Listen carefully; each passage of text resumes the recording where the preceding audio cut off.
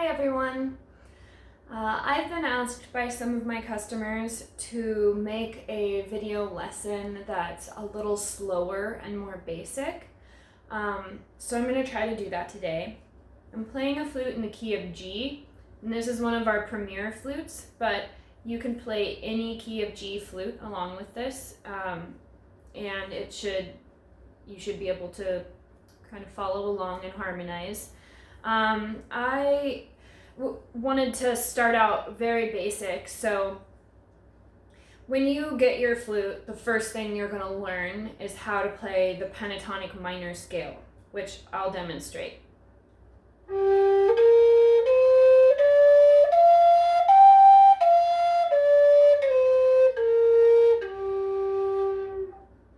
I leave this finger down. That's the third down from the top. This is in the booklet that came along with your flute.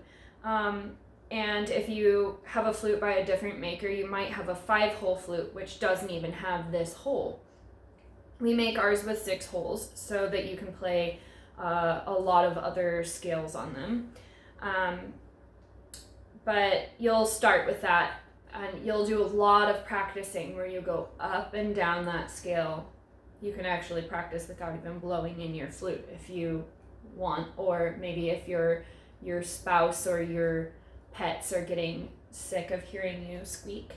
But that is the very first scale that you'll learn on your flute. It's one of the easiest scales to play, and today we're going to be playing with that scale, and we're going to experiment with lifting more than one finger at once. So when you play the scale, you go 1, 2, 3, like this.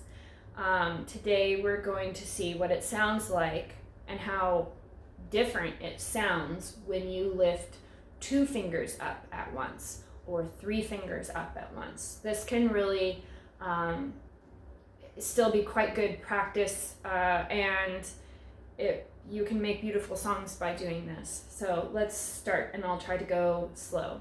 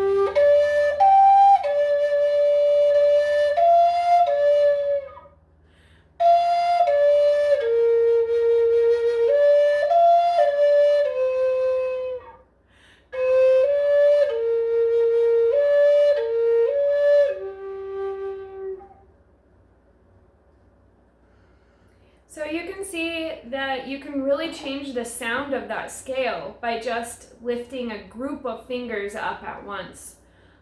This is something that I really like to do a lot when I'm playing because it's a very simple way to change the sound of that scale.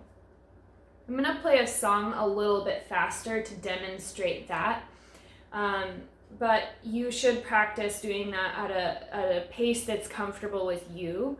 I just want you to be able to hear what that sounds like when you speed it up. And this is not going to be the same thing that I just played because that was all improvised and I can't remember what I did. So this is just an example of using this technique.